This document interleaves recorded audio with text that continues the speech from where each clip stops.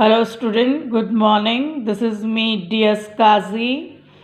In English subject, today's our topic is verb. बच्चों आज जो है हम बहुत ही महत्वपूर्ण विषय में जो है डिस्कस करने वाले हैं. It's very very very important, क्योंकि कोई भी सेंटेंस यानी कोई भी जो वाक्य है हमारा बिना वर्ब के कंप्लीट नहीं होता है. किसी भी सेंटेंस को पूरा करने के लिए उसमें वर्ब यानी क्रिया का होना बहुत ज़रूरी है. बिना क्रिया के हम अपने वाक्य को पूरा नहीं कर सकते हैं.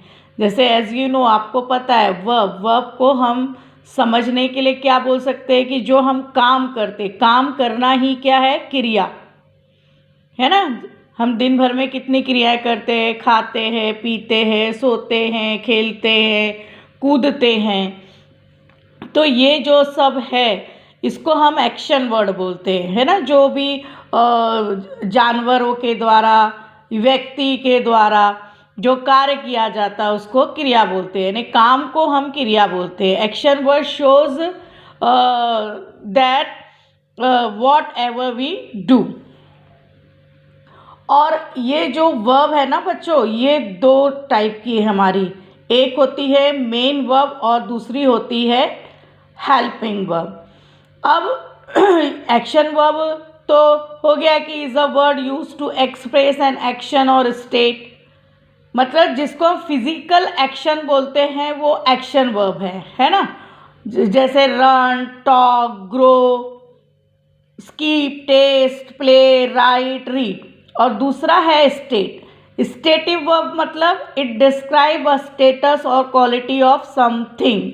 जो मतलब बताती है, क्या बताती है, शब्द गुणों को. जैसे believe, trust, think, understand, realise, forget, know, doubt, suppose, recognise, इस तरह.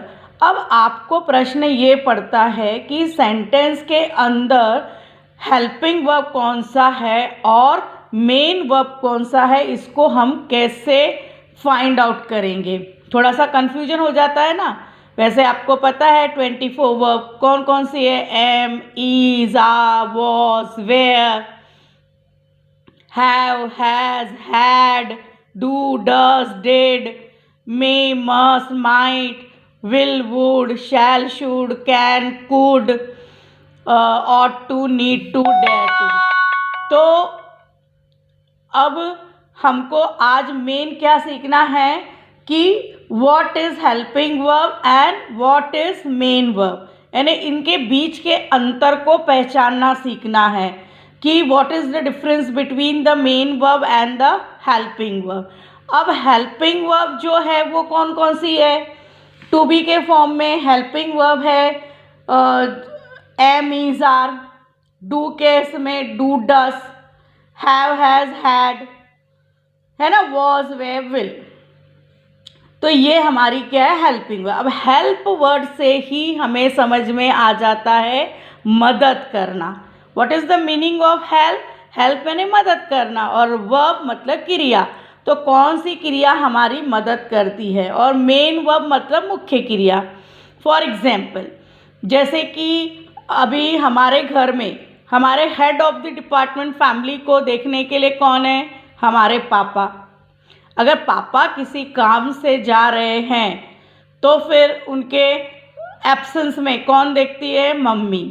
तो मम्मी भी एक तरह से परिवार को हेल्प करती है. तो मम्मी क्या है, हेल्पिंग वर्ब है, और पापा क्या है, मेन वर्ब है, क्योंकि वो हेड ऑफ द डिपार्टमेंट है. जैसे फॉर एग्जाम्पल अनदर देखें हम स्कूल के अंदर, हेड ऑफ दी कौन है, स्कूल का इंचार्ज, प्रिंसिपल. जब प्रिंसिपल एब्सेंट है, उनके एब्सेंट में काम कौन देखता है, प्रिंसिपल. मतलब कहने का मतलब है स्कूल को रन करने के लिए प्रिंसिपल के साथ उनके काम में सपोर्ट करने के लिए कौन है, वाइस प्रिंसिपल. और घर में पापा के काम को सपोर्ट करने के लिए कौन है, मम्मी. तो एक दूसरे की वो क्या करते हैं, सहायता करते हैं. अब आइए हम एग्जाम्पल के थ्रू समझते हैं हेल्पिंग वर्ब और मेन वर्ब को. देखिए, जैसे फर्स्ट एग्जाम्पल है आई एम अ स्टूडेंट. अब इस सेंटेंस में आई जो है प्रोनाउन वो क्या है, फर्स्ट पर्सन है और सब्जेक्ट है. और इसमें वर्ब कितनी है, सिर्फ एक ही वर्ब है, am is the only one verb, इसीलिए वो क्या हो गई यहाँ पे, मेन वर्ब हो गई, है ना। और अगर हम सेकेंड एग्जाम्पल की तरफ जाते हैं, I am reading a book.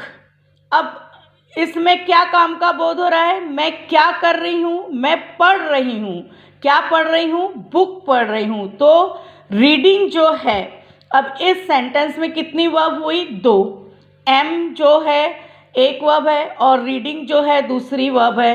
अब रीडिंग यहाँ पे क्या बात का बोध करा रही है, हमको काम करने का बोध करा रही है।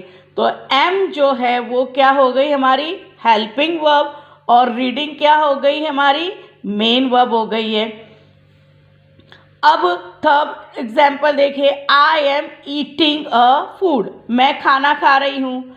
तो यहाँ पे भी दो वर्ब है, यानी मेरे द्वारा क्या कार्य किया जा रहा है, खाने का कार्य किया जा रहा है। तो eating is a main verb and am is a helping verb. अब थर्ड एग्जाम्पल देखिए, शी इज प्लेइंग, वो खेल रही है। तो यहाँ पर कितने वर्ब है, दो वर्ब है अगेन, शी और प्लेइंग। तो प्लेइंग क्या हो गया, मेन वर्ब हो गया, और इज क्या हो गया, helping verb. Now look at the fourth example, he has been reading, he has been reading, यहाँ पे कितनी वर्ब दी है, तीन वर्ब दी है, हैज़ बीन और रीडिंग। तो रीडिंग क्या है, मेन वर्ब है, और बीन भी हेल्पिंग वर्ब है, और हैज़ भी क्या है, हेल्पिंग वर्ब है। तो अभी आपको जो है नेक्स्ट एग्जाम्पल देखिए, ही हैज़ बीन एब्सेंट, वह एब्सेंट है, अनुपस्थित है। अब बीन के बाद कोई भी वर्ब नहीं है, इसीलिए यहाँ पे बीन जो है वो मेन वर्ब कहलाएगा, और हैज़ क्या है, वो हेल्पिंग वर्ब कहलाएगा। तो बच्चों ये ध्यान रखिए कि हम वर्ब का यूज़ उसके टेंस के हिसाब से और उसके सब्जेक्ट के हिसाब से करते हैं। जो टेंस का मतलब क्या होता है, काल यानी समय, और वर्ब मतलब एक्शन, और कर्ता किस समय कौन सा कार्य कर रहा है, कौन से टेंस में कार्य कर रहा है, उस हिसाब से हम क्रिया का प्रयोग करते हैं। एक बात हमेशा याद रखिए कि अगर आपका कर्ता यानी आपका सब्जेक्ट सिंगल है, एक है, एक वचन की ही क्रिया का वहाँ पर प्रयोग करेंगे आप, यानी सिंगुलर वर्ब ही यूज़ करोगे। और अगर वह प्यूरल है तो आपकी वर्ब भी कैसी होनी, प्यूरल होना चाहिए, यानी बहुवचनी होनी चाहिए। और सेंटेंस के टेंस को देखकर ही वर्ब का प्रयोग होगा। अगर वर्तमान काल में है तो वर्तमान काल की क्रिया को प्रयोग में लाइए, अगर भूतकाल है तो भूतकाल की, और भविष्य है तो भविष्य काल की। कोई भी सेंटेंस में तीन पर्सन रहते हैं, फर्स्ट पर्सन मीन्स स्पीकर, बोलने वाला, तो उसकी सिंगुलर जो है प्रोनाउन क्या है, आई, मी, माई, और प्यूरल क्या है, वी।